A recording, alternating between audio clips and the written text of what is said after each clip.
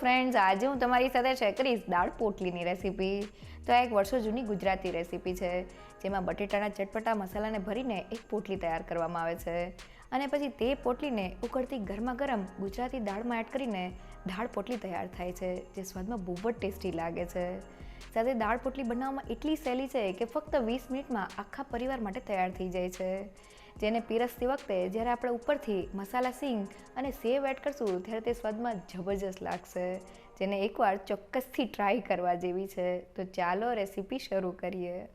સૌથી પહેલાં મેં 1 વાટકી જેટલી તુવેરની દાળ લીધેલી છે. દાળના આ માપથી ઘરની 5 થી 6 વ્યક્તિને સર્વ થાય તેટલી દાળ પોટલી તૈયાર થશે.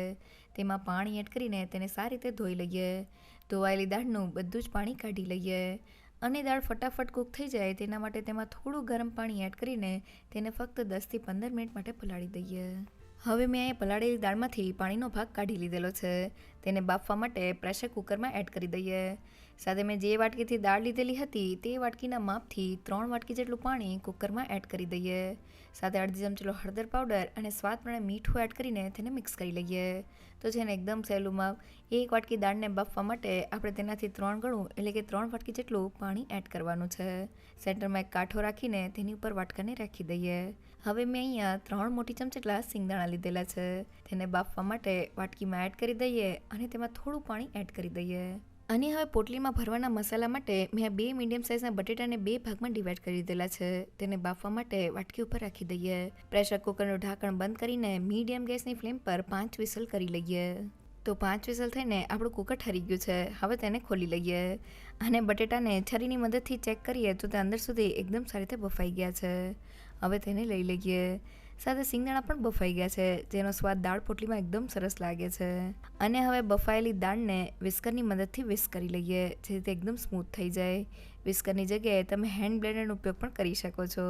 તો દાળ સારી રીતે વિસ્ક થઈને આ રીતની સ્મૂથ તૈયાર થઈ ગઈ છે. હવે પોટલીમાં ભરવાનો મસાલો તૈયાર કરવા મેં બાફેલા બટેટામાંથી છાલનો ભાગ કાઢી લીધેલો છે. હવે તેને મેશ કરી લઈએ. તો આપણે બટેટાને એકદમ સારી રીતે મેશ કરી લેવાના છે, જેથી તે મસાલામાં ભળી જાય. બટેટા મેશ થઈ જાય એટલે તેમાં 1 મોટી ચમચી જેટલી આદુ મરચાંની પેસ્ટ, સાથે અડધી ચમચી હળદર પાવડર, 1 ચમચી ધાણા જીરું પાવડર, અડધી ચમચી લાલ મરચું પાવડર અને મસાલાને ચટપટો સ્વાદ દેવા માટે 1 ચમચી ચાટ મસાલા પાવડર, અડધી ચમચી ગરમ મસાલા પાવડર, સ્વાદ પ્રમાણે મીઠું અને મસાલાને ખાટો મીઠો સ્વાદ દેવા માટે 1 મોટી ચમચી ખાંડ અને 1 મોટી ચમચી લીંબુનો રસ એડ કરી દઈએ. થોડા કોથમીરના પાન એડ કરીને બધી જ વસ્તુને મિક્સ કરી લઈએ. તો આ મસાલાને આપણે થોડો તીખો અને ખાટો મીઠો તૈયાર કરવાનો છે. તો બધી વસ્તુ મિક્સ થઈને આપણો મસાલો તૈયાર થઈ ગયો છે. તેમાંથી થોડું મિક્સર હાથમાં લઈને નાની સાઇઝનો બોલ તૈયાર કરી લઈએ. તો મસાલાને આપણે પોટલીની અંદર ભરવાનો છે, એટલે થોડી નાની સાઇઝના જ બોલ તૈયાર કરવાના છે.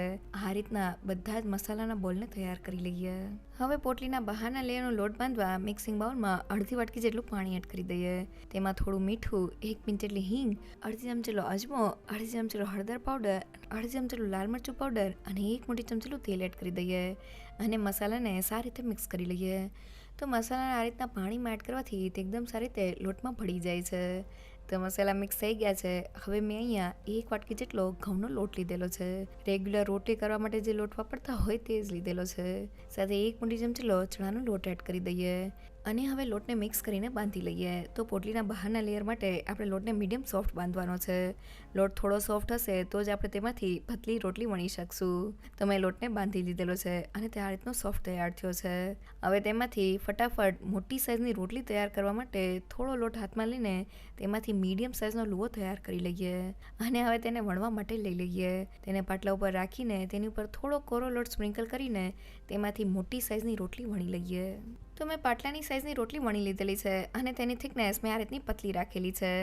હવે પોટલી માટે આપણે રાઉન્ડ શેપની પૂરી જોઈએ છે. તો આ રીતની નાની સાઇઝની વાટકીની મદદથી રોટલીને કટ કરી લઈએ. હવે વધારાના લોટને કાઢી લઈએ. તો એક સાથે આપણી 7 નંગ જેટલી પૂરી તૈયાર થઈ ગઈ છે. એક પૂરીને હાથમાં લઈને કિનારી ઉપર પાણી લગાવી દઈએ, સેન્ટરમાં મસાલાને રાખી દઈએ અને હવે પોટલીને સીલ કરવા માટે પૂરીના એક બાજુને ઉપાડીને તેમાં ચપટી લઈ લઈએ અને હવે આ રીતના બધા જ લોટને ભેગો કરતા જઈએ. લોટ ભેગો થઈ જાય એટલે પોટલીને બરાબર સીલ કરી લઈએ અને ઉપર રહેલા વધારાના લોટને કાઢી લઈએ. તો તમે જોઈ શકો છો કે આપણી પોટલી તૈયાર થઈ ગઈ છે. તો બધા જ લોટમાંથી 23 થી 24 નંગ જેટલી પોટલી તૈયાર થઈ છે. અને હવે વઘાર માટે કડાઈમાં 3 મોટી ચમચીલું ઘી એડ કરી દઈએ. ઘી સાથે દાળનો વઘાર એકદમ સરસ લાગે છે. તેમાં 1/2 ચમચીલી રાઈ, 1 ચમચીલું જીરું અને મેં સૂકા મસાલા લીધેલા છે, જેમાં 3 થી 4 લવિંગ, 1 ઇંચ જેટલો તજનો ટુકડો અને 2 સૂકા લાલ મરચાં લીધેલા છે. સાથે 1/2 ચમચીલી હિંગ અને થોડા લીમડાના પાન એડ કરીને વઘારને સારી રીતે સાતળી લઈએ. તો વઘાર સતળાઈ જાય એટલે તેમાં 1 મોટી ચમચીલી આદુ મરચાંની પેસ્ટ એડ કરી દઈએ. સાથે મેં અહીંયા અડધા કપ જેટલા ઝીણા સુધારેલા ટમેટાના ટુકડા લીધેલા છે. સ્વાદ પ્રમાણે મીઠું એડ કરીને ટમેટા થોડા સોફ્ટ થાય ત્યાં સુધી તેને સાતળી લઈએ.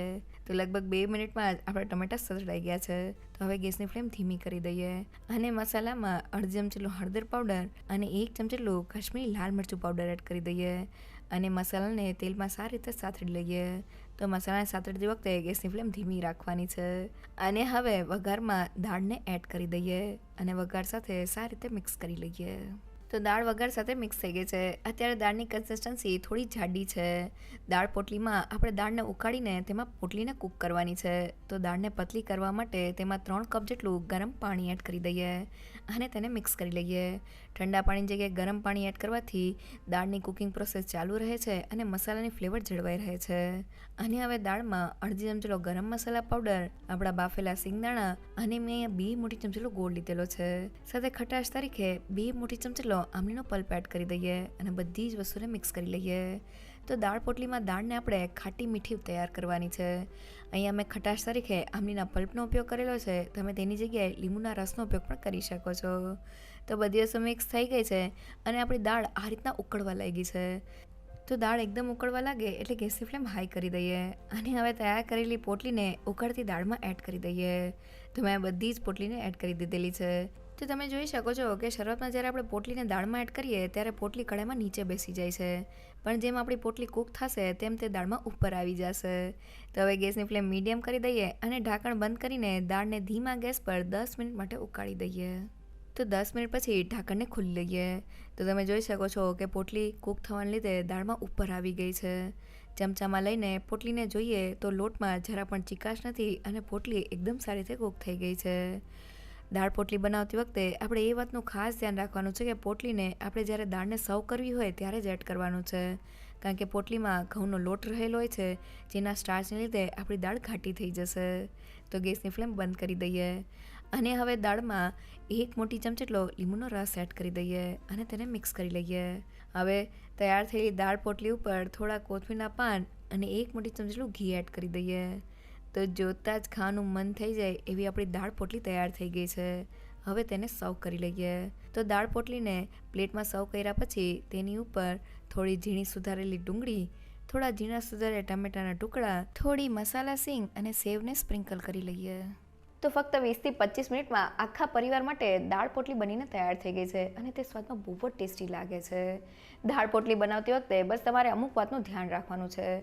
પહેલી એ કે દાળ પોટલીમાં તમારે જેટલી દાળ લેતા હોય તેટલો જ તમારે પોટલી માટે લોટ લેવાનો છે. અહીંયા મેં 1 વાટકી જેટલી તુવેરની દાળ લીધેલી છે. તેની સાથે પોટલી બનાવવા માટે મેં ફક્ત 1 વાટકી જેટલો ઘઉંનો લોટ લીધેલો છે. બંનેનું માપ સરખું રાખવાનું છે. સાથે પોટલી માટે જે આપણે રોટલી વણીએ તેને આપણે પતલી વણવાની છે અને પોટલીને એકદમ સારી રીતે સીલ કરી લેવાની છે, જે રીતે ઉકળતી વખતે ખુલે નહીં. સાથે દાળ એકદમ સારી રીતે ઉકળવા લાગે એટલે જ આપણે તેમાં પોટલી એડ કરવાની છે અને પોટલીને આપણે ધીમા ગેસ પર 10 થી 12 મિનિટ માટે કૂક કરી લેવાની છે. પોટલી જ્યારે કૂક થઈ જશે ત્યારે તે દાળમાં ઉપર તરવા લાગશે, મીન્સ તે પરફેક્ટલી કૂક થઈ ગઈ હશે. અહીંયા આપણે એ વાતનું ખાસ ધ્યાન રાખવાનું છે કે પોટલીને જ્યારે આપણે દાળને સર્વ કરવી હોય ત્યારે જ તેમાં એડ કરવાની છે, કારણ કે આ પોટલીને આપણે ઘઉંના લોટ સાથે બનાવેલી છે, જેમાં સ્ટાર્ચનું પ્રમાણ રહેલું હોય છે. એટલે જો આપણે પોટલીને વહેલી એડ કરી દઈશું તો સ્ટાર્ચને લીધે આપણી દાળ ઘાટી થઈ જશે. દાળ પોટલીની આ રેસીપી એકવાર ચોક્કસથી ટ્રાય કરવા જેવી છે.